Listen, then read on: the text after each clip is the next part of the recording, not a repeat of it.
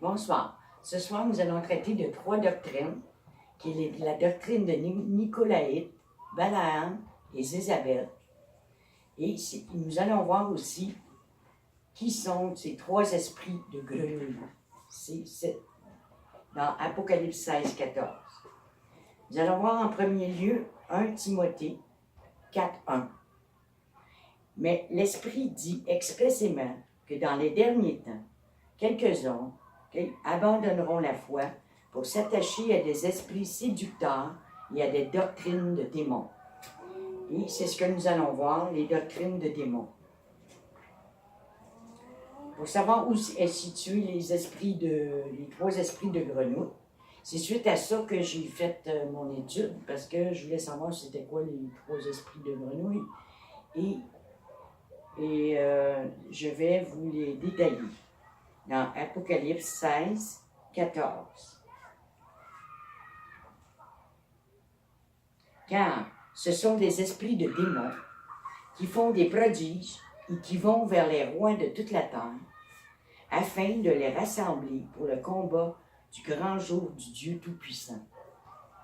Alors, c'est ça. Ces 3 doctrines-là sont préparées pour le combat final qui va avoir lieu entre Satan et Dieu, Jésus. Alors, ici, nous voyons Nicolaïte, la doctrine. Dans Apocalypse 2, 6, nous allons voir.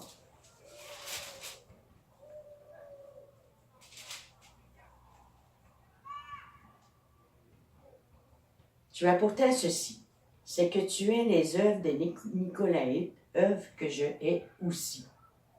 Donc, il nous avertit, le Seigneur, que dans l'église d'Éphèse, il y avait une doctrine satanique qui était là, puis qui était tolérée dans l'église.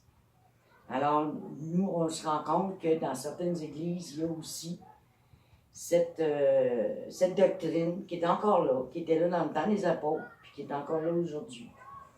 C'est un système de pensée unique qui est la grande séduction. Une seule religion, un même Dieu. Dans la Bible, elle est appelée Babylone, idolâtrie. Et nous retrouvons l'écuménisme. L'écuménisme dont le Vatican, le pape, prône depuis une couple d'années pour réunir toutes les églises ensemble, toutes les religions ensemble, pour dire qu'on adore le même Dieu, ce qui est faux. Car il n'y a qu'un seul médiateur entre Dieu et les hommes, Jésus-Christ. Alors, voyez-vous, c'est ce qui s'en vient, c'est ce qu'on voit même qui arrive, qui va être imposé dans chaque religion, pour n'en faire qu'une seule. Et dans Apocalypse 2, 6, donc, le Seigneur, il dit qu'il y a de la haine contre cette doctrine-là. Pourquoi? Pour la simple et bonne raison que Dieu ne donnera pas sa gloire à personne d'autre. Parce que on sait très bien que vers la fin, l'Antéchrist va s'asseoir sur le trône, il va se déclarer lui-même Dieu. Et c'est là le combat. Les Nicolaïtes est l'équivalent des pharisiens et des scribes. Prenez garde du levain des pharisiens. Le Saint-Esprit est répandu sur toute chair. Chaque chrétien peut être enseigné par le Saint-Esprit et même le plus simplet aux yeux des hommes peut recevoir la révélation divine. Les dons sont donnés à tous pour apporter la guérison et la délivrance du peuple de Dieu. Avant, cela était donné aux scribes et pharisiens et certains prophètes et rois dans l'Ancien Testament. Mais à la Pentecôte, ça a été donné à tous. L'orgueil des scribes et des pharisiens a monté d'un cran. C'est pour ça. Ils n'ont pas aimé ça parce que là, leur autorité en prenait pour un coup. Car maintenant, c'est l'Écriture s'adresse à chacun des membres du corps de Christ. Il y a des loups cruels dans la bergerie. Dans Acte 20, 29 à 30, nous allons voir Acte 20, 29 à 30. Je sais qu'il s'introduira parmi vous, après mon départ, des loups cruels qui n'épargneront pas le troupeau, et qu'il s'élèvera du milieu de vous des hommes qui enseigneront des choses pernicieuses pour entraîner les disciples après eux.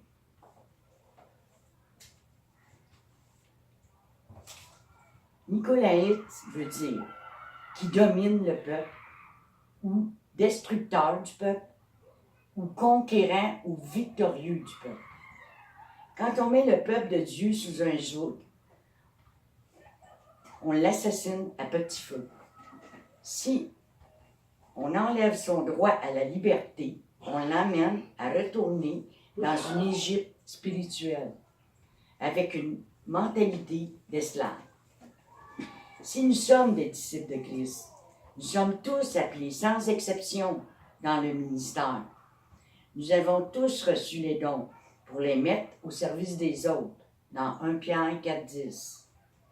Ministère veut dire au service, en charge. C'est le goût du pouvoir qui attire, et cela amène le contrôle. Dieu dénonce les chefs religieux de son peuple, qui abusent de leur pouvoir. Il ne les ménage pas non plus. Hein? Quand il dit « Malheur à vous, scribes et pharisiens, race de vipères, sépulcre blanchi, il n'y va pas de main morte. » Ils utilisent les Écritures à leur profit, de manière subtile, en donnant l'impression d'agir par amour et pour la gloire de Dieu, alors que la gloire de Dieu est détournée vers les œuvres humaines. Le but est d'infantiliser le peuple de Dieu et à les empêcher de faire la mission auquel il est appelé. L'Église, c'est nous. L'Église de Dieu n'est pas faite de main d'homme. Alors, nous sommes le temple du Christ. Dans Jean 4, 23 à 24, nous allons voir cela.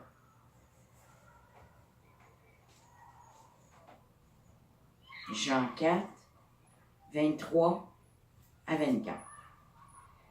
Il est dit, mais l'heure vient, et elle est déjà venue, où les vrais adorateurs adoreront le Père en esprit et en vérité, car ce sont là les adorateurs que le Père demande. Dieu est esprit. Il faut que ceux qui l'adorent en esprit et en vérité. L'œcuménisme universel est une séduction humaniste pour ramener le peuple de Dieu sous leur domination. Il prépare l'arrivée de l'Antéchrist, la Babylone, la prostituée spirituelle. C'est ce qu'ils font. Ils vont accepter des compromis, ils vont s'associer avec d'autres religions pour les amener à eux, mais dans un but précis d'avoir une seule religion et de dominer la religion mondiale. Dans Apocalypse 18, 4 à 8.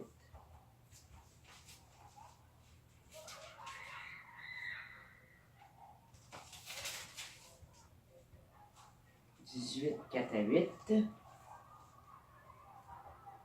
Et j'entendis du ciel une autre voix qui disait, « Sortez du milieu d'elle, mon peuple, afin que vous ne participiez point à ses péchés et que vous n'ayez point part à ses fléaux. Car ses péchés se sont accumulés jusqu'au ciel, et Dieu s'est souvenu de ses iniquités. Payez-la comme elle a payé et rendez-lui au double selon ses œuvres. Dans la coupe où elle a versez-lui un double. Autant elle s'est glorifiée et plongée dans le luxe, autant donnez-lui de tourments et de deuil. Parce qu'elle dit dans son cœur, je suis assise en reine, je suis point veuve et je ne verrai point de deuil. À cause de cela, en un même jour, ces fléaux arriveront, la mort, le deuil et la famine, et elle sera consumée par le feu, car il est puissant, le Seigneur qui l'a jugé. Les églises locales, les églises maisons, ont toujours leur place pour se rassembler, pour fraterniser, prier et louer ensemble. Les pasteurs qui font tout s'épuisent au lieu d'utiliser le corps entier. Accueillir les prophètes et les apôtres aussi. Quand il y a les 5 dons ministériels, que le corps puisse participer avec leurs dons et de les accueillir, ces dons-là, que Dieu donne. La confusion entre le lieu et l'Église a permis aux dirigeants d'atteindre l'esprit de contrôle, de manier les gens, soit par le chantage ou l'exclusion de leur Église. Voilà. C'est que nous leur avons donné cette autorité-là.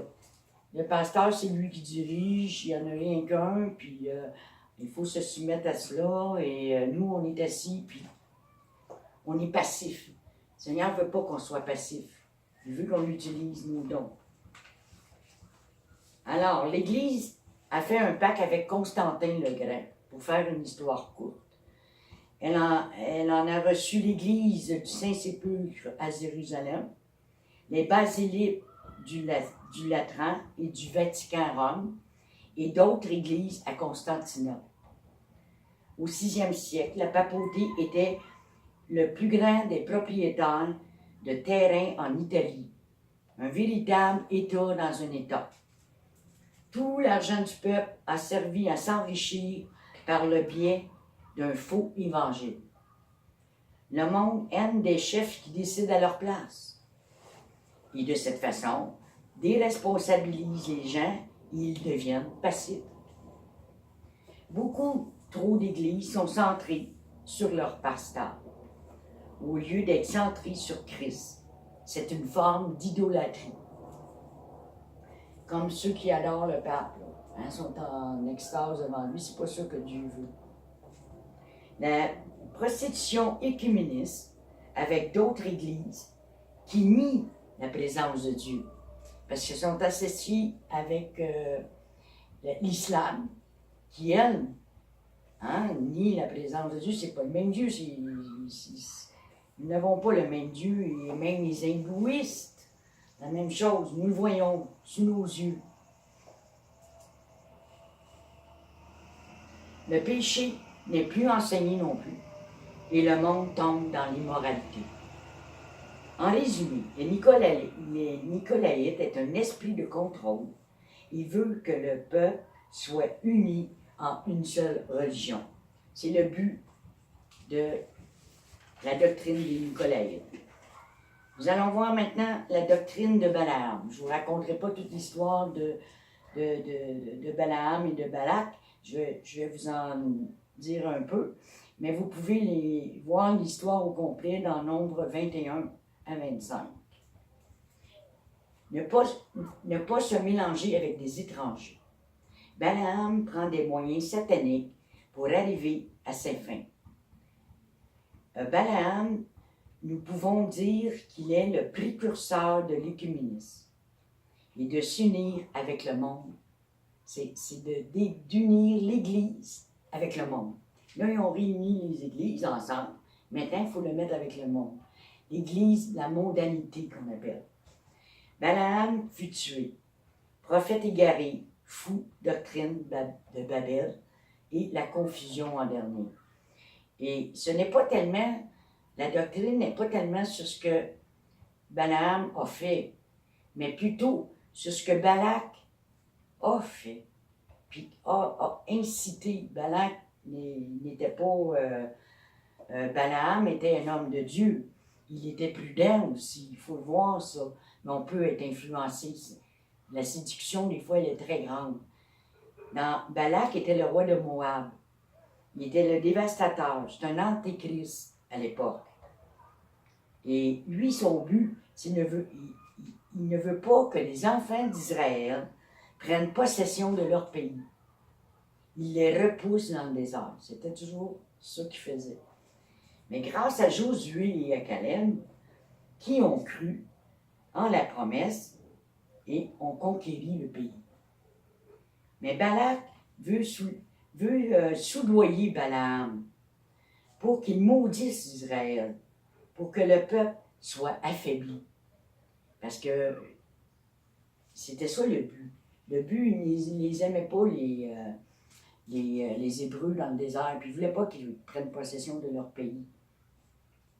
Donc, il y a eu un salaire de Balaam. Le salaire, des fois, n'est pas toujours en argent. Il peut être en honneur aussi.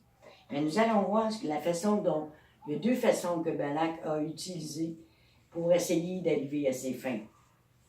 Balak ne peut l'acheter avec de l'argent, Balaam, mais il avait besoin d'être reconnu avec les honneurs et la gloire. Fait que les tactiques de Satan aujourd'hui n'ont pas changé pour faire chuter les chrétiens. Donc, Balak y envoie une première délégation avec des présents pour honorer Balaam. Et là, Balaam dit, je vais consulter l'Éternel. Il va consulter l'Éternel et l'Éternel lui répond, non, il ne peut pas s'associer avec Balak.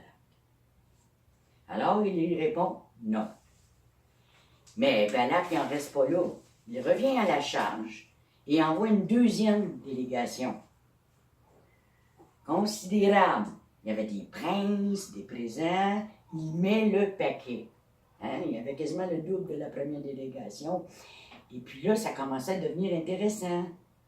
Alors Balaam, il va reconsulter Dieu, pensant que, hey, là, ça doit être un signe, l'Éternel il a changé d'idée, peut-être, on va aller voir. Fait que là, il se met à prier. Mais le Seigneur, vous savez, comme moi, ne change pas d'idée. Mais dans son cas, il voyait qu'il voulait y aller, alors il dit va. Fait que là, son désir humain était plus fort. Et Dieu lui répondit va. Un esprit d'égarement. Il a le consentement de Dieu.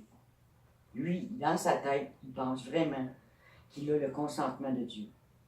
Alors, nous allons voir, à partir de là, il s'en décide d'aller rejoindre Balak pour lui dire que là, il était prêt, il va le faire. Dans Nombre 22, de 22 à 26.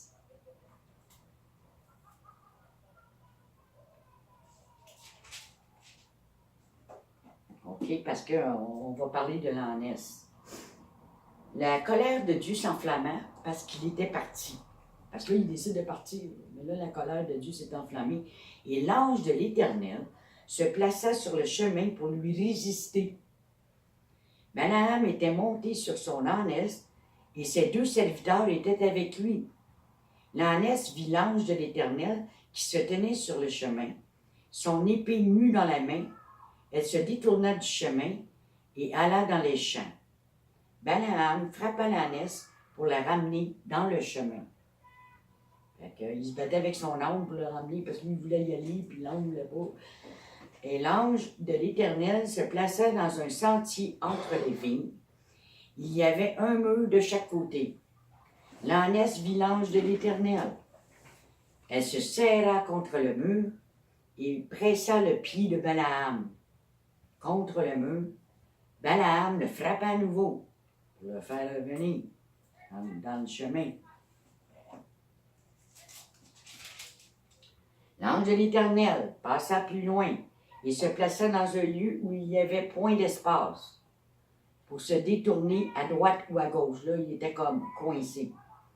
L'ânesse vit l'ange de l'Éternel et elle s'abattit sous la colère de Balaam s'enflamma. Et il frappa l'ânesse avec son bâton. L'Éternel ouvrit la bouche de l'ânesse et elle dit à Balaam, « Que t'ai-je fait pour que tu m'aies frappé déjà 3 fois? » Balaam répondit à l'ânesse, « C'est parce que tu t'es moqué de moi. Si j'avais une épée dans la main, je te tuerais à l'instant. » L'ânesse dit à Balaam, « Ne suis-je pas ton ânesse que tu as de tout temps monté jusqu'à ce jour? Ai-je l'habitude de te faire ainsi? » Et il répondit, « Non. » L'Éternel ouvrit les yeux de Balaam, et Balaam vit l'ange de l'Éternel, qui se tenait sur le chemin. son épée nue à la main. Il s'inclina et se prosterna sur son visage. L'ange de l'Éternel lui dit, « Pourquoi as-tu frappé ton ânesse déjà 3 fois? Voici, je suis sorti pour te résister, car c'est un chemin de perdition qui est devant toi. » Donc, il l'avertit que s'il continue sur son chemin, c'est la perdition. L'ânesse m'a vu et elle s'est détournée devant moi. Déjà 3 fois,